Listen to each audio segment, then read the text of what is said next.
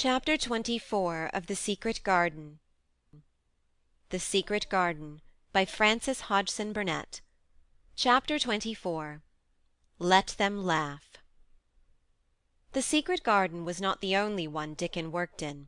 Round the cottage on the moor there was a piece of ground enclosed by a low wall of rough stones. Early in the morning and late in the fading twilight, and on all the days Colin and Mary did not see him, Dickon worked there planting or tending potatoes and cabbages, turnips and carrots and herbs for his mother. In the company of his creatures he did wonders there, and was never tired of doing them, it seemed. While he dug or weeded he whistled or sang bits of Yorkshire moor songs, or talked to Soot or Captain, or the brothers and sisters he had taught to help him. "We never get on as comfortable as we do," Mrs. Sowerby said. "If it wasn't for Dickon's garden. Anything'll grow for him. His taters and cabbages is twice the size of anyone else's, and they've got a flavour with them as nobody's has." When she found a moment to spare she liked to go out and talk to him. After supper there was still a long clear twilight to work in, and that was her quiet time. She could sit upon the low rough wall and look on and hear stories of the day. She loved this time. There were not only vegetables in the garden.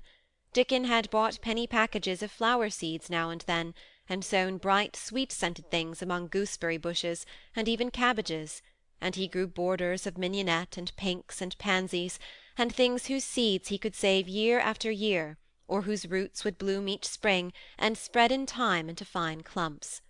The low wall was one of the prettiest things in Yorkshire, because he had tucked moorland foxgloves and ferns and rock-cress and hedgerow flowers into every crevice, until only here and there glimpses of the stones were to be seen. "All's a chap's got to do to make 'em thrive, mother," he would say, "is to be friends with 'em for sure. They're just like the creatures. If they're thirsty, give 'em drink, and if they're hungry, give 'em a bit of food. They want to live the same as we do. If they died I should feel as if I'd been a bad lad, and somehow treated them heartless." It was in these twilight hours that Mrs. Sowerby heard of all that happened at Misslethwaite Manor. At first she was only told that Master Colin had taken a fancy to going out into the grounds with Miss Mary, and that it was doing him good. But it was not long before it was agreed between the two children that Dickon's mother might come into the secret. Somehow it was not doubted that she was safe for sure. So one beautiful still evening Dickon told the whole story, with all the thrilling details of the buried key and the robin and the grey haze, which had seemed like deadness, and the secret Mistress Mary had planned never to reveal. The coming of Dickon and how it had been told to him, the doubt of Master Colin and the final drama of his introduction to the hidden domain, combined with the incident of Ben Weatherstaff's angry face peering over the wall, and Master Colin's sudden indignant strength, made Mrs. Sowerby's nice-looking face change colour several times. "My word," she said, "it was a good thing that little lass came to the manor. It's been the making of her and the saving of him, standing on his feet, and us all thinking it was a poor half-witted lad with not a straight bone in him." She asked a great many questions, and her blue eyes were full of deep thinking. "What do they make of it at the manor, him being so well and cheerful and never complaining?" she inquired. "They don't know what to make of it," answered Dickon. "Every day as comes round his face looks different. It's filling out and doesn't look so sharp, and the waxy colour is going, but he has to do his bit of complaining," with a highly entertained grin. "What for, in mercy's name?" asked Mrs. Sowerby. Dickon chuckled. "He does it to keep him from guessing what's happening. If the doctors knew he'd find out he could stand on his feet, he'd likely to write and tell Mr. Craven. Mr. Colin's saving the secret to tell himself. He's going to practise his magic on his legs every day till his father comes back, and he's going to march into his room and show him he's as straight as other lads. But him and Miss Mary think it's best plan to do a bit of groaning and fretting now, and then to throw folks off to sense." Mrs. Sowerby was laughing a low, comfortable laugh long before he had finished his last sentence. "Ay," she said, "that pair's enjoying theirselves, I'll warrant. They'll get a good bit of acting out of it, and there's nothing children likes as much as play-acting. Let's hear what they do, Dickon lad." Dickon stopped weeding and sat up on his heels to tell her. His eyes were twinkling with fun. "Mr. Colin is carried down on his chair every time he goes out," he explained, "and he flies out at John the footman for not carrying him careful enough. He makes himself as helpless looking as he can, and never lifts his head until we're out of sight of the house. And he grunts and frets a good bit when he's settling into his chair.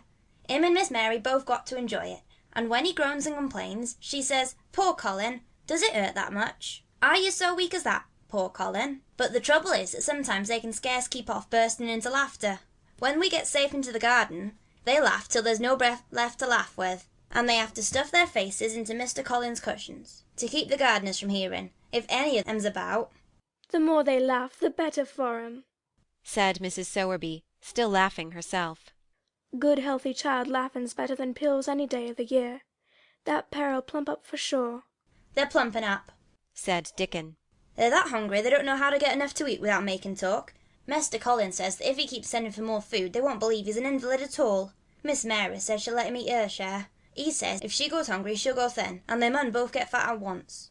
Mrs. Sowerby laughed so heartily at the revelation of this difficulty that she quite rocked backward and forward in her blue cloak, and Dickon laughed with her. I'll tell thee what, lad, Mrs. Sowerby said when she could speak. I've thought of a way to help 'em. When thou goes to 'em in the mornings, thou shalt take a pail of good new milk, and I'll bake 'em a crusty cottage loaf, or some buns with currants in 'em, same as you children like. Nothing so good as fresh milk and bread. Then they could take off the edge of their hunger while they were in the garden, and the fine food they get indoors 'ud polish off the corners. Hey, mother, said Dickon admiringly. What a wonder that! Thou always sees the way out of things. They was quite in a pother yesterday. They didn't see how they was to manage without ordering up more food. They felt that empty inside.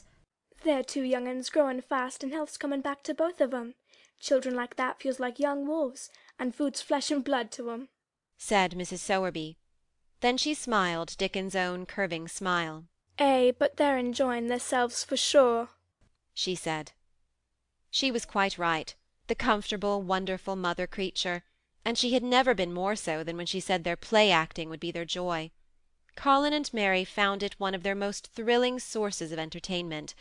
The idea of protecting themselves from suspicion had been unconsciously suggested to them, first by the puzzled nurse, and then by Dr. Craven himself. "Your appetite is improving very much, Master Colin," the nurse had said one day. "You used to eat nothing, and so many things disagreed with you."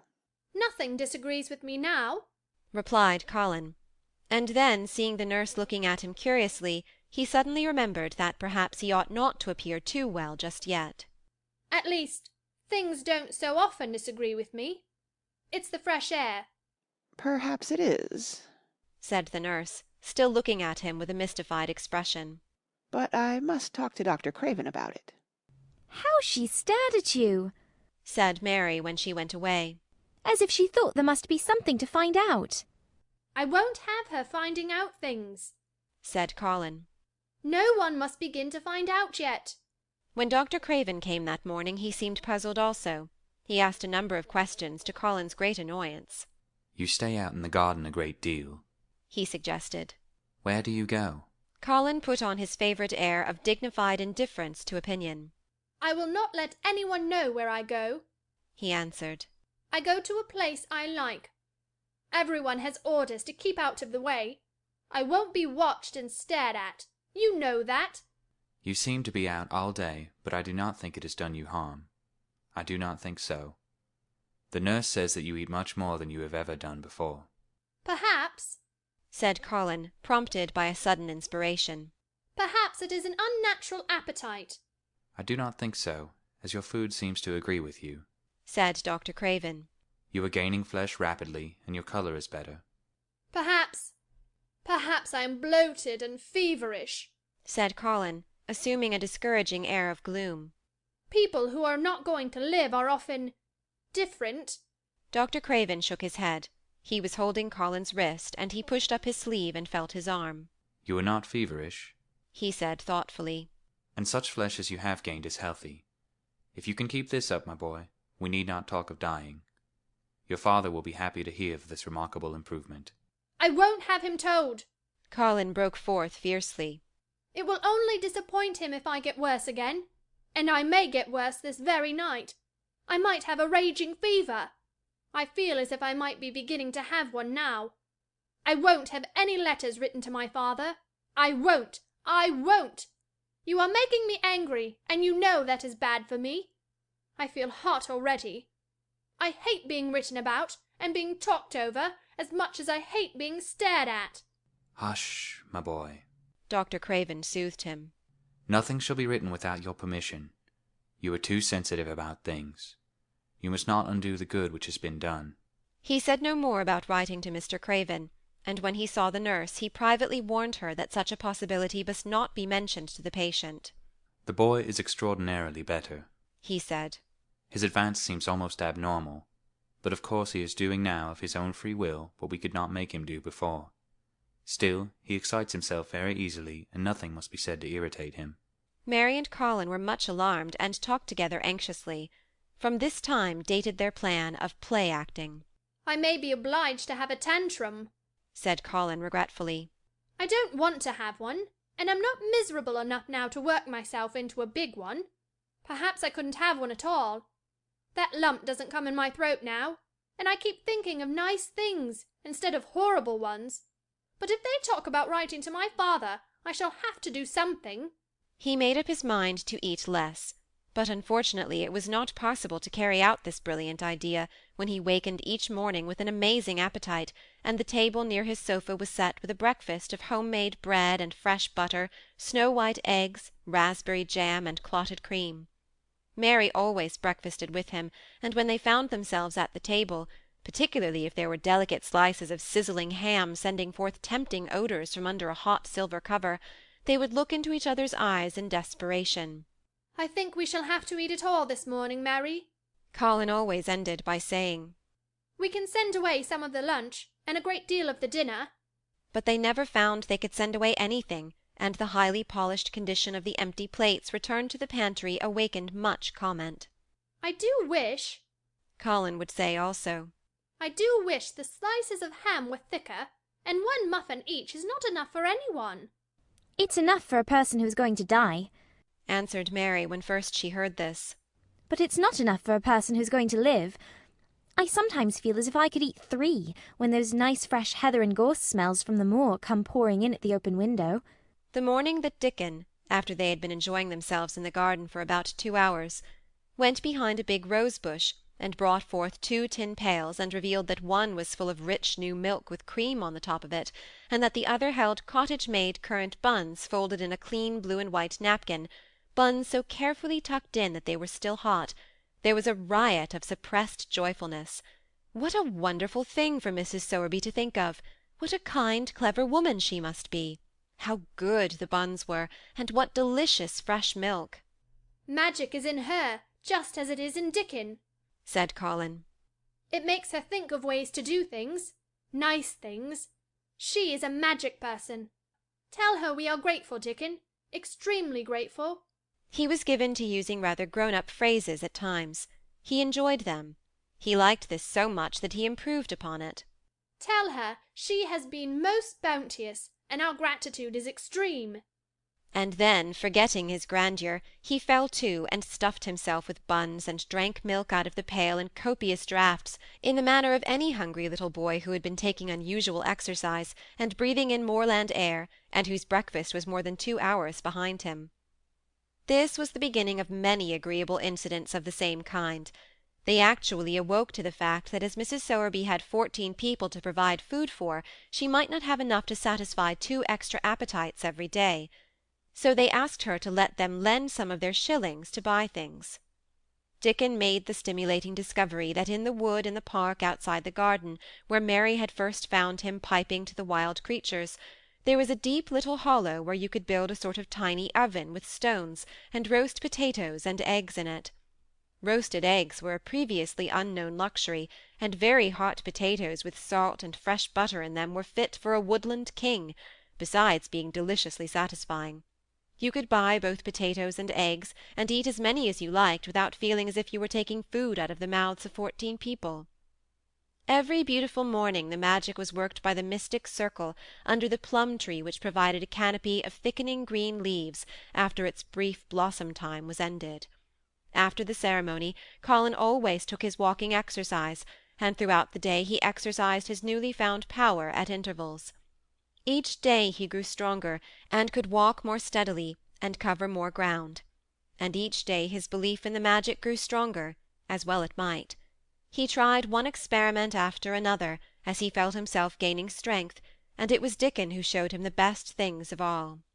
Yesterday, he said one morning after an absence, I went to Thwaite for mother, and near the Blue Cow Inn I seed Bob Haworth. He's the strongest chap on the moor. He's the champion wrestler, and he can jump higher than any other chap and throw the hammer farther. He's gone all the way to Scotland for the sport some years. He's knowed me ever since I was a little one, and he's a friendly sort, and I asked him some questions. The gentry calls him an athlete, and I thought of thee, Mr. Craven, and I said, how does that make thy muscles stick out in that way, Bob? Did thou do anything extra to make thyself so strong? And he said, Well, yes, lad, I did. A strong man in a show came to Thwaite and showed me how to exercise my arms and legs and every muscle in my body, and I says, could a delicate chap make himself as strong as you, Bob? And he laughed and said, art thou the delicate chap? And I says, no, I knows a gentleman who's getting well of a long illness, and I wish I knowed some of them tricks to tell him about. I didn't say no names, and he didn't ask none. He was friendly, same as I said, and he stood up and showed me good-natured like, and I imitated what he did till I knowed it by heart. Colin had been listening excitedly. Can you show me? He cried. Will you? Aye, for sure. Dickon answered, getting up. But he said thou mun do them gentle at first, and be careful not to tire thyself. Rest between times, and take good deep breaths, and don't overdo. I'll be careful, said Colin. Show me! Show me! Dickon, you are the most magic boy in the world. Dickon stood on the grass and slowly went through a carefully practical but simple series of muscle exercises. Colin watched them with widening eyes. He could do a few while he was sitting down. Presently he did a few gently while he stood upon his already steadied feet. Mary began to do them also. Soot, who was watching the performance, became much disturbed, and left his branch and hopped about restlessly because he could not do them too. From that time the exercises were part of the day's duties as much as the magic was. It became possible for both Colin and Mary to do more of them each time they tried, and such appetites were the results that but for the basket Dickon put down behind the bush each morning when he arrived, they would have been lost. But the little oven in the hollow and Mrs. Sowerby's bounties were so satisfying that Mrs. Medlock and the nurse and Dr. Craven became mystified again.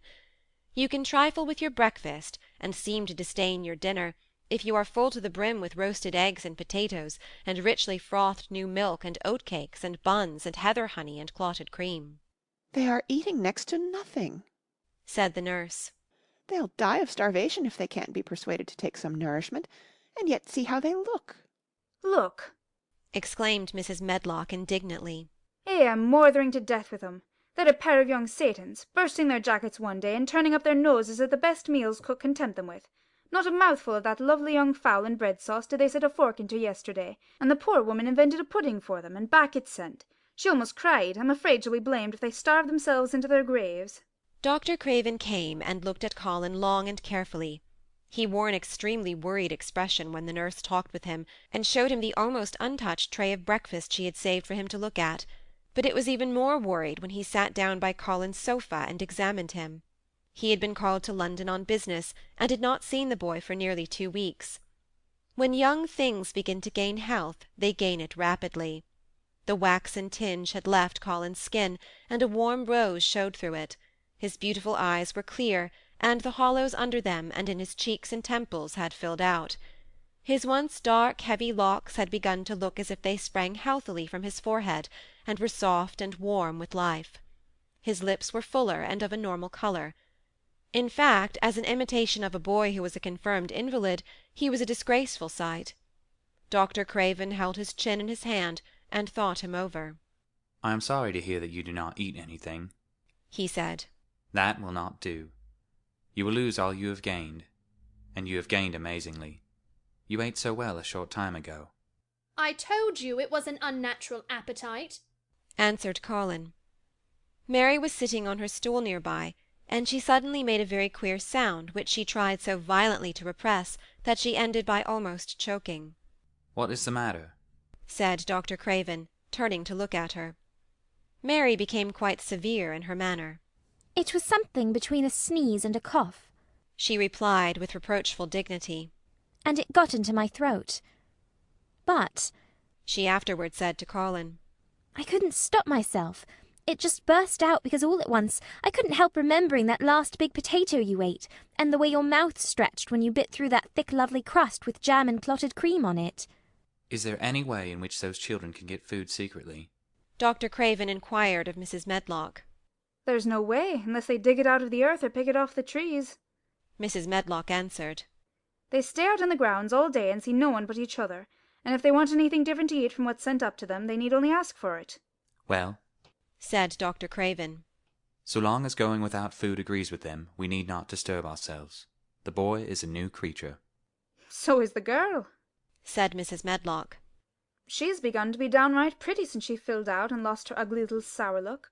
Her hair's grown thick and healthy looking, and she's got a bright colour, the glummest ill-natured little thing she used to be, and now her and Master Colin laugh together like a crazy pair of young ones. Perhaps they're growing fat on that. Perhaps they are, said Dr. Craven. Let them laugh. End of chapter 24.